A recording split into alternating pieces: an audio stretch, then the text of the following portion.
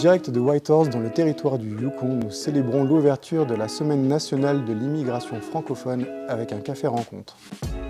Organisé par l'association franco-yukonaise, le Café Rencontre est un lieu inclusif pour rassembler les francophones et les francophiles autour d'un délicieux repas et dans une ambiance chaleureuse. Voici les bénévoles, les participantes et les participants de cette édition spéciale qui vous présente leur saveur francophone. Régalez-vous! Est-ce qu'un francophone peut résister au froid? Oui, la réponse est oui. Je suis là, toujours vivant devant vous pour en témoigner. Un francophone résiste bien à tous les vents, de toutes les directions. Sur la rose des vents, là, on fait face à toutes sortes de vents, mais le vent du Nord, définitivement, là, tant que tu es bien habillé, ça va. Pour qu'un francophone résiste au froid hivernal, il faut plusieurs choses. Des amitiés, des soirées de jeux de société, puis un billet pour Cancun, ça peut aider. Pour qu'un francophone résiste au froid, il faut inverser le ratio de douleur du froid et de plaisir. Donc, par exemple, faire du ski, profiter des joies de l'hiver, juste aller faire de la raquette parfois, prendre des photos avec les ciels magnifiques, aller voir les aurores boréales, pour moi, ça fait tellement augmenter la quantité de plaisir qu'on retire de l'hiver que maintenant, on oublie les désagréments, tout simplement. Donc, À 0, tu peux faire 3 erreurs, à moins 10, tu peux faire 2 erreurs, à moins 20, tu peux faire 1 erreur, à moins 30, tu ne peux faire aucune erreur. Pour dire franco-yukonais, je dirais que c'est quelqu'un qui a comme première langue le français et qui a l'amour du territoire du Yukon au point de vouloir y vivre. bien, parler français, évidemment, pour être franco-yukonais, mais il faut être prêt aussi à vivre la francophonie, si je peux dire ainsi, dans le sens qu'il y a tellement de choses qui se passent en français, il faut être ouvert d'esprit à tout ça.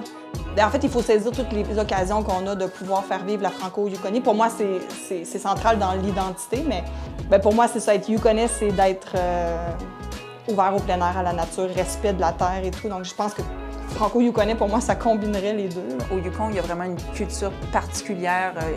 Il y a quelque chose qui vibre très fort chez les francophones. Et puis, c'est vraiment le fun de pouvoir se retrouver dans un endroit qui est quand même assez reclus, mais qui est vraiment plein de couleurs, plein de saveurs, plein de différentes personnes qui se rassemblent de différents endroits, toutes en francophonie aussi. C'est vraiment super. Ben, pour devenir franco-yukonais, c'est plate, mais il faut parler français au Yukon. Mais à part de ça, je pense que c'est toute une espèce d'esprit de solidarité qui est ici. La francophonie au Yukon est assez solide. C'est vraiment le fun. On peut faire plein d'activités, dont les cafés rencontres et plein d'autres choses qu'on peut faire pour vraiment se soutenir dans ces temps froids hivernales.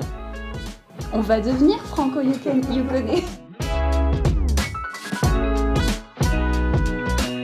Si j'étais un mélange d'épices, je serais clairement le cumin, tout simplement parce que pour moi, c'est comme du poivre. C'est la chose que je vais mettre à tous mes repas qui me fait justement penser à mes voyages. Ça donne une touche d'exotisme au plat, puis je trouve que ça juste passe partout, puis j'aime ça.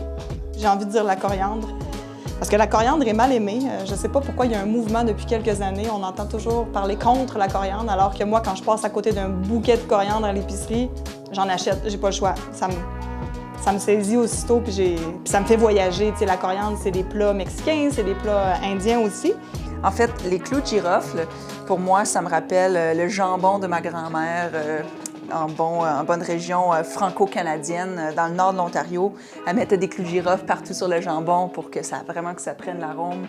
Ça me rappelle mon enfance, ça me rappelle les parties de famille, tout en français, justement. Là. On parle de rencontres francophones, mais ça fait partie de ça. J'ai choisi la cannelle, parce que ça me fait penser à Noël, en fait. Ah oui, d'accord. Moi, mon Noël, je vais le passer ici tout seul, alors je vais avoir besoin de cannelle.